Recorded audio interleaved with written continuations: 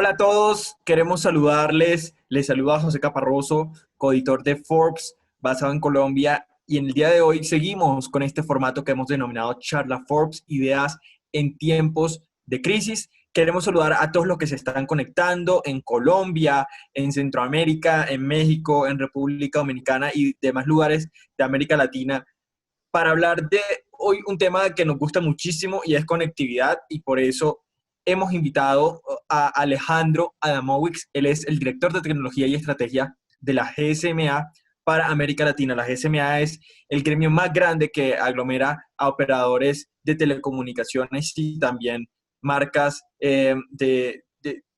fabricantes de dispositivos móviles. Alejandro, bienvenido a Charla Forbes. Hola, buenas tardes. Bueno, muchísimas gracias por la invitación a participar de la charla. Es un gusto para nosotros poder compartir nuestra visión sobre la conectividad, el presente y el futuro de la tecnología móvil y de la conectividad a Internet en Latinoamérica. Así que muchas gracias nuevamente. Alejandro, hace unas semanas en este mismo espacio tuvimos a los presidentes de varios operadores de telecomunicaciones que son miembros de la GSMA, pero con ellos hablábamos un poco de las medidas que están tomando para garantizar la conectividad, porque sabemos que se aumenta la demanda, porque sabemos que el mantenimiento de la infraestructura se vuelve complejo con el COVID-19 y toda la emergencia sanitaria que está ocurriendo en nuestros países. Ahora, con usted queremos hablar un poco sobre el lado bueno. ¿Cómo es ese rol que juega la conectividad para el bien social de nuestra región? Bueno, claramente creo que el efecto del COVID, que ha sido, en primer lugar, totalmente inesperado. Pensemos que estamos terminando mayo y recién a mediados de marzo los países empezaron a tomar medidas, hace 2 meses y medio aproximadamente, empezaron a tomar medidas de distanciamiento social, cuarentena, en fin, distintas medidas de gobierno, y nos agarró a todos muy desprevenidos, eh, pero preparados. A mí me gusta dividir un poco los hogares, o sea, las personas en su ámbito familiar, hogareño, las empresas y los propios operadores.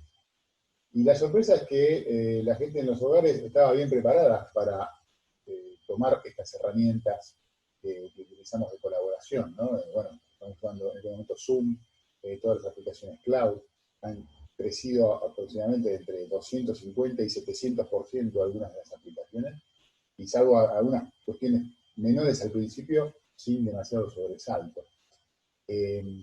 Esto ha llevado a que el tráfico de las redes, sobre todo en las fijas, haya crecido en algunos casos 40 hasta 50%. En el caso de las móviles un poco menos, pero eso ya depende, está más focalizado, depende de las zonas, pero hay picos de 25 o 30%, y también sin mayores problemas. Esto se debe a que, bueno, los operadores claramente han venido haciendo una serie de inversiones sostenidamente ya desde hace bastante tiempo, en el caso de los fijos, con redes de backbone robustas de fibra óptica, redes de acceso también de fibra óptica, sobre todo en las principales ciudades, y los operadores móviles con todo el despliegue de 4G, que se viene haciendo ya. Bueno, el 4G lleva más de 10 años en algunos países, en algunas regiones todavía hay oportunidades de crecimiento, como en Centroamérica y en algunos lugares de Sudamérica, pero claramente aquí se ha puesto a prueba la infraestructura de telecomunicaciones y está dando buena respuesta. Del lado de las empresas también, las empresas han reaccionado rápidamente.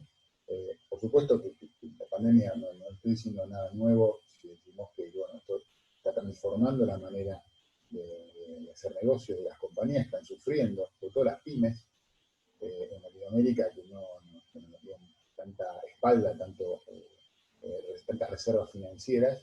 Sin embargo, la tecnología les está permitiendo adaptarse rápidamente en temas de atención remota, delivery de productos, sobre todo a las compañías desde pequeñas pymes que venden alimentación hasta empresas que venden por comercio electrónico todo tipo de productos. En ese sentido, lo que estamos viendo es que hay una aceleración. O sea, esto está poniendo a prueba algunos elementos de la transformación digital. Tal vez las grandes corporaciones lo tienen más claro, más concepto que lo tienen más internalizado y ya llevan trabajando varios años. Las pymes, sobre todo en este lado del mundo, no tanto, y esto les está demostrando que, bueno, la transformación digital tiene un valor. Lamentablemente, lo que estamos experimentando a propósito de la pandemia, pero yo creo que eso es uno de los legados que va a quedar para cuando esto pase, ¿no? El valor de la transformación digital, y creo que esto va a ayudar también a una recuperación más rápida, el uso de la tecnología. Yo estoy convencido de que se va a hacer haciendo.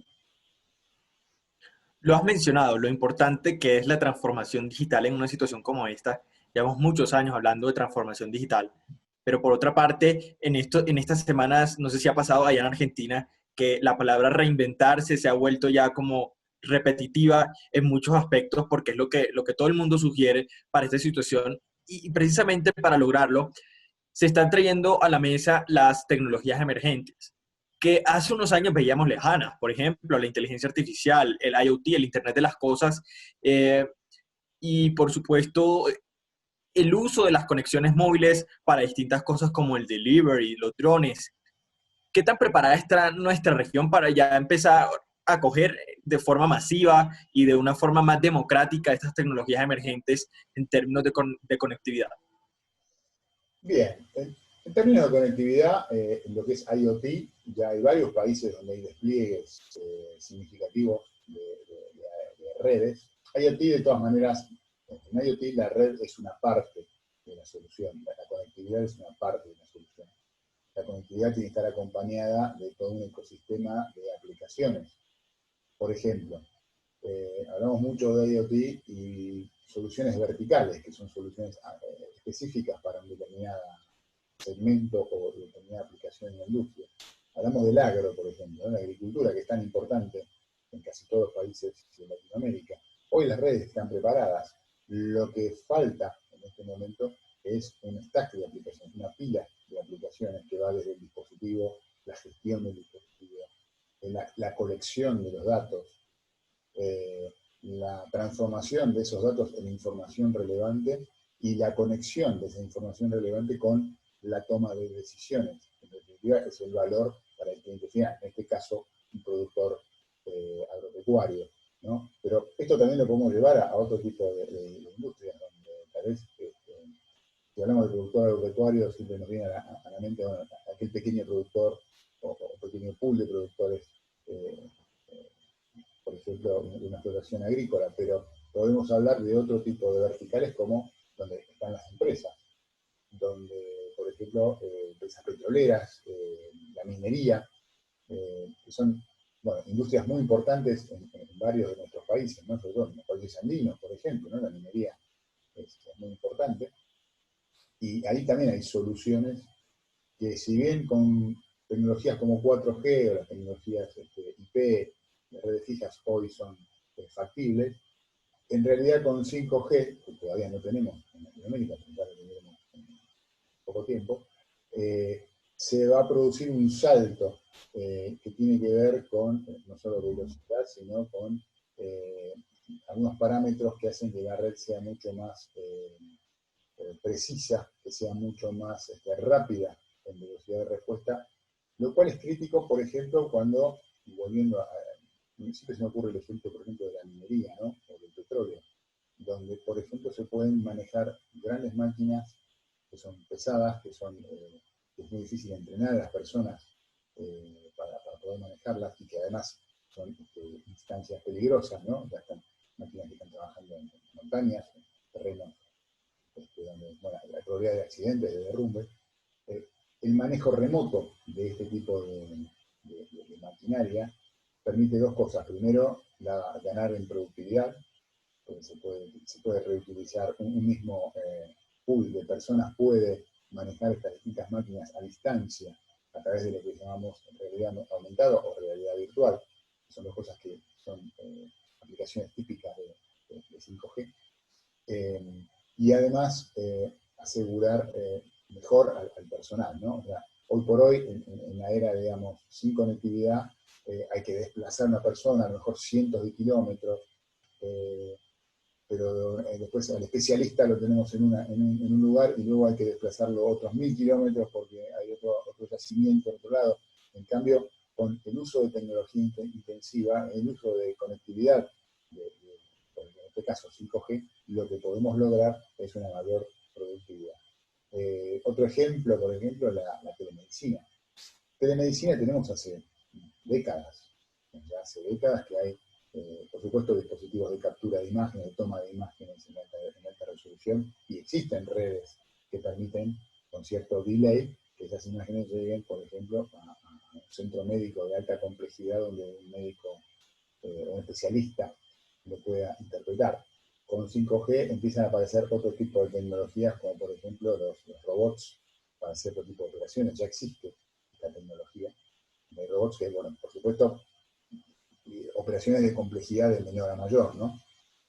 Hay cosas, tipo de intervenciones que las puede realizar un robot casi de manera autónoma, pero otro tipo de intervenciones o de interacciones con el paciente se pueden hacer en forma remota.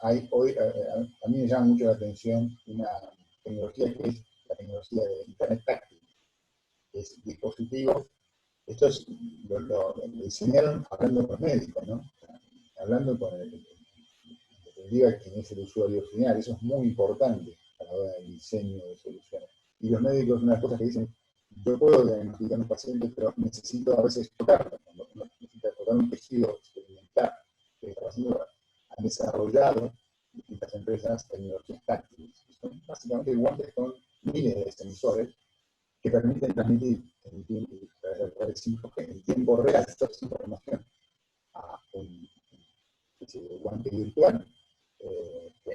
Un asistente médico, un paramédico, por ejemplo, podría aplicar a un paciente y a partir de ahí tener un mejor diagnóstico. Esas cosas solo son posibles cuando tenemos tecnología con fiabilidad, alta velocidad y alta velocidad de respuesta, que son básicamente los grandes saltos tecnológicos que nos trae el 5G con respecto del 4G. No solamente de velocidad, sino masividad para entender las cosas y respuestas compatibles con los tiempos de reacción del cerebro humano, que permiten hacer este tipo de cosas, ¿no? Por ejemplo, otro ejemplo son los vehículos autónomos.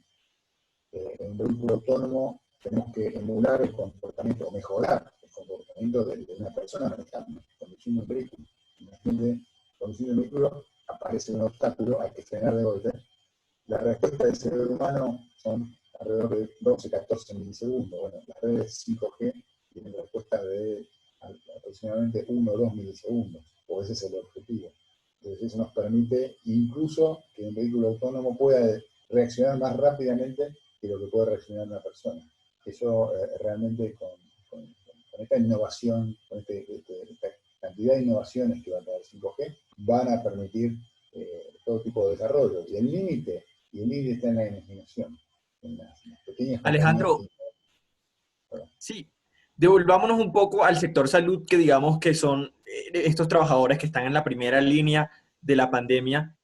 Lo decías, la telemedicina es algo que se viene hablando muchísimos años, pero ahora también hay otras capacidades, por ejemplo, usar Big Data para el monitoreo de pacientes, usar otro tipo de soluciones que permiten optimizar y buscar eficiencias en el sector salud. Sí, por ejemplo, en el caso de Colombia hay un piloto que se ha lanzado hace creo que 2 semanas o 3 semanas, que tiene que ver con la captura de datos básicamente de temperatura, que son fundamentales a la hora de poder rápidamente y de una manera muy segura determinar si hay personas en áreas de circulación, ya sea masiva o uno a uno, de personas con, bueno, con situaciones de temperatura, de fiebre, que es uno de los primeros predictores de que la persona tal vez esté infectada con coronavirus. Ese tipo de dispositivos de captura conectados a redes 5G permiten lo que tú dices precisamente, armar la base de datos, la gran base de datos, el Big Data, y luego, por supuesto, a través de aplicaciones, poder descubrir patrones de comportamiento, patrones puede ser una zona, según el grupo etario, en fin, según hasta incluso la hora del día. O sea, ese tipo de cosas son ejemplos concretos de ayuda a la salud.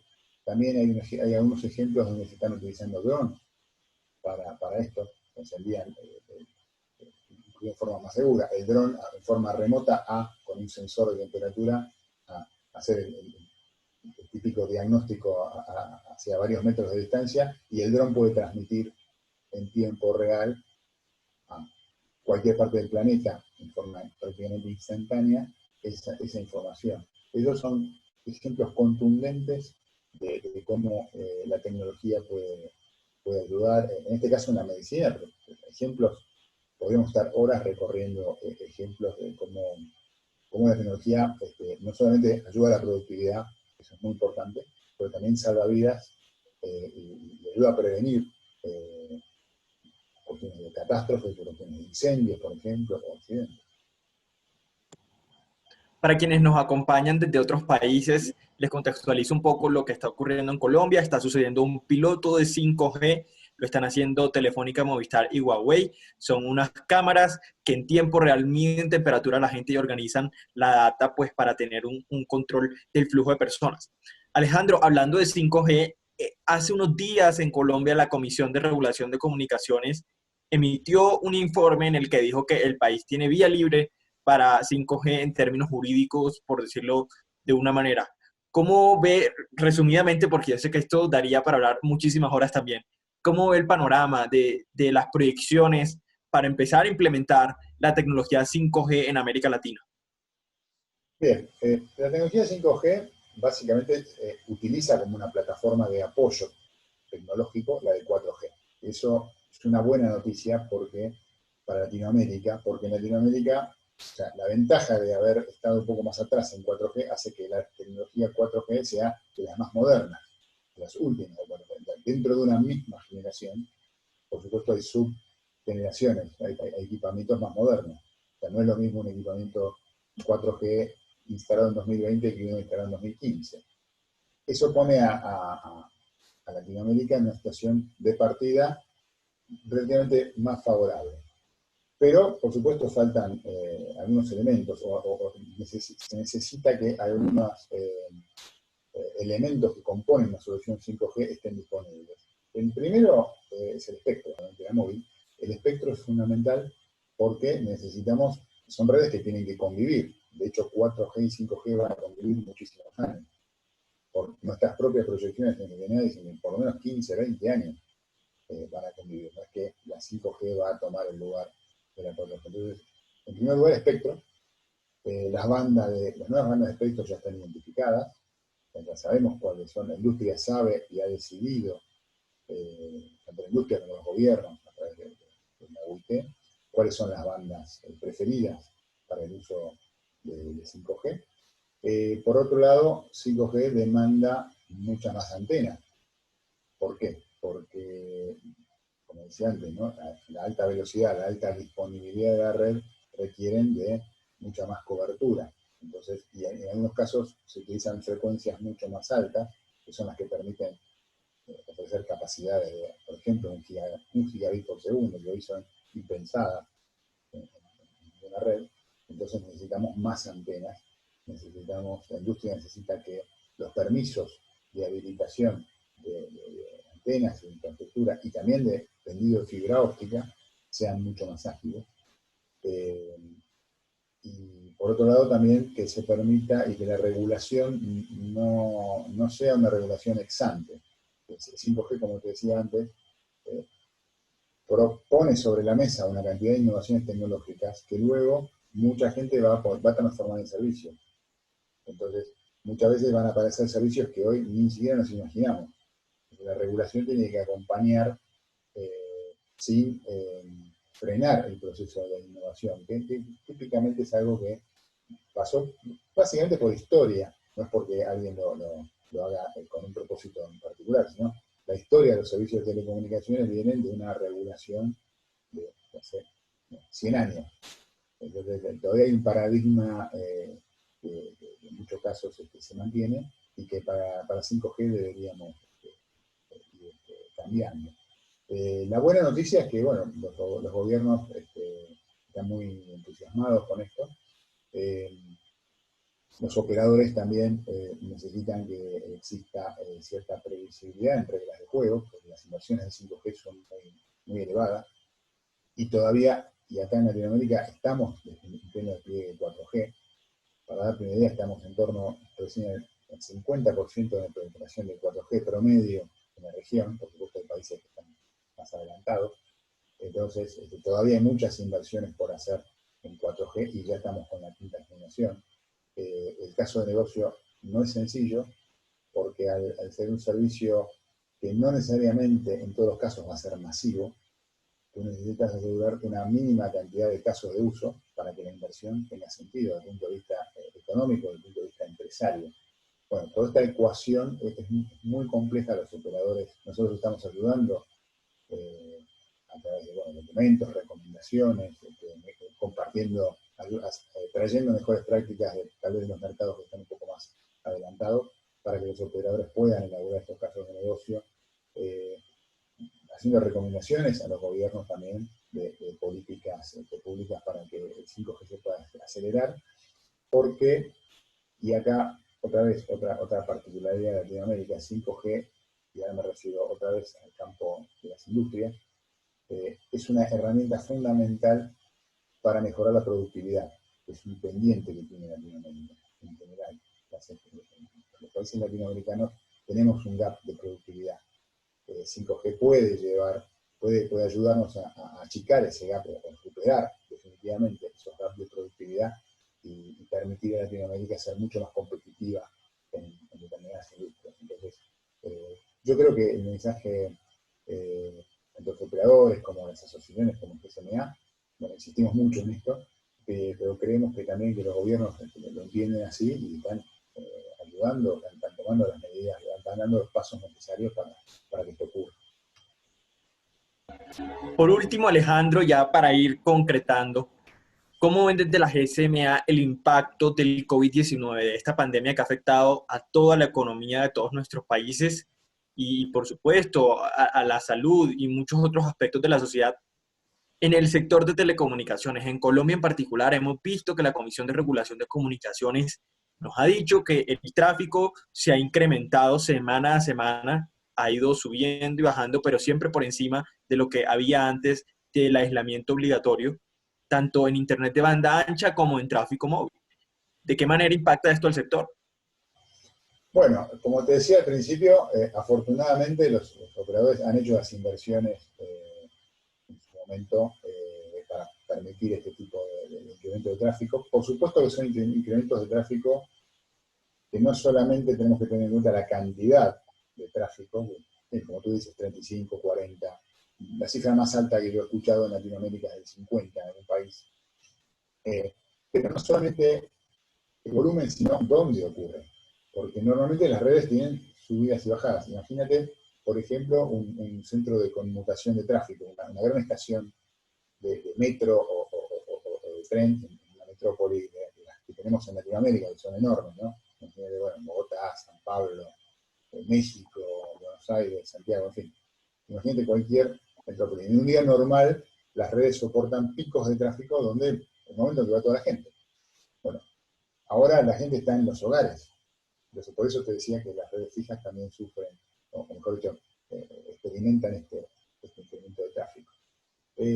Los operadores, acá se ha puesto a prueba varias cosas. O sea, primero que las redes lo soportan.